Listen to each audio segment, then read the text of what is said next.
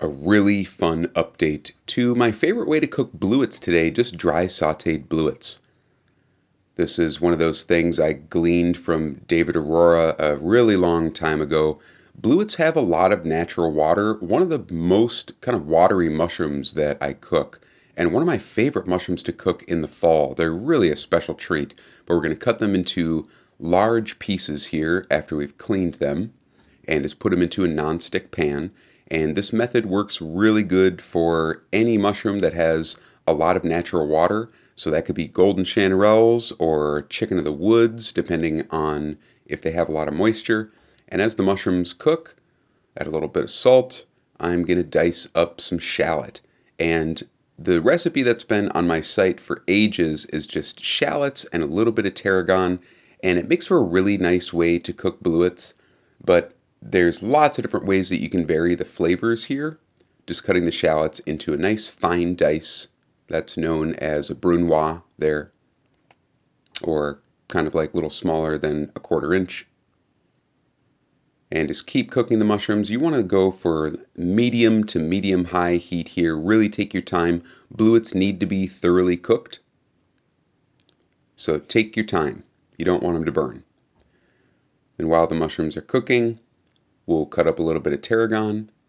Other soft herbs here, like basil or mint, can be really nice. And we have a little more space in the pan, so I'll actually sneak that other mushroom cap in there, because they're going to lose plenty of volume here. Give the tarragon kind of a rough chop while the mushrooms are cooking. And again, take your time. Once the pan starts to look dry and they've cooked off their water, then we can add some oil, and that's going to help the mushrooms get nice and golden brown. And eventually, we will kind of push the mushrooms to the side and give us a little cooking surface to add the shallots. There we go. Now we just add the shallots, maybe a little bit of oil if the pan got dry, and we're going to cook these. You can increase the heat a little bit. It's okay if the shallots get a little bit dark, or if they kind of char a little bit. And finally, we'll add the tarragon and just mix it up. Double check the seasoning. And that's a really easy way to cook blewits. Makes for a good side dish. But what kind of changed the game for me is after I did this and kind of reshot everything, I cooked the caps whole, and you have to try this too. If your blewits are really large, you can cut them into pieces, but if the margin of the cap is still kind of enrolled there, this is absolutely a fantastic way to cook them. It takes longer, but as you're going to see, it's a really cool way to cook them. So if you haven't tried doing this, this is similar to cooking milk caps a la plancha, which is a traditional Spanish method, and the caps are just cooked whole. So you can see that I just started them off with the dry saute again. I put a pan on top, and we're just going to keep cooking them down until all of the water has evaporated. And look at how nice and golden brown they are, and they keep their shape. I just love how they keep their shape.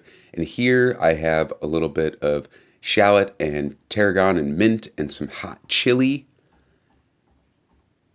And doesn't that look like just a wonderful mushroom side dish? It is so good. All right, so I just wanted to talk really quick about the blewits. I just can't believe that I didn't think of cooking the caps whole before. It takes a long time, but it's comparable to the Spanish recipes for cooking milk caps a la plancha, and it is just the coolest way to cook them. I mean, isn't that just the coolest side of mushrooms? The texture here is so much fun because they're like fleshy and meaty. The young buttons have a texture that's comparable to chanterelles, which are one of the best mushroom textures, at least in my opinion. But I think what's really cool, when they're seasoned really minimally, I get a flavor that I haven't heard people talk about with blewits before, and it's like an aroma of like toasted rice or something like that. It's really cool. The texture is fantastic. Obviously, they're going to be the best for this before the caps have really kind of opened up. So when they still have that thick outer margin is going to be the best time to cook them like this. If they're really large, cut them into pieces or dry them or do something like that. But for buttons or the really nice firm caps, cooking them whole is just, this has just changed my Blewit game. And I don't know if I'll cut them up anymore, unless I find big ones. Happy hunting, you guys. Thanks for watching.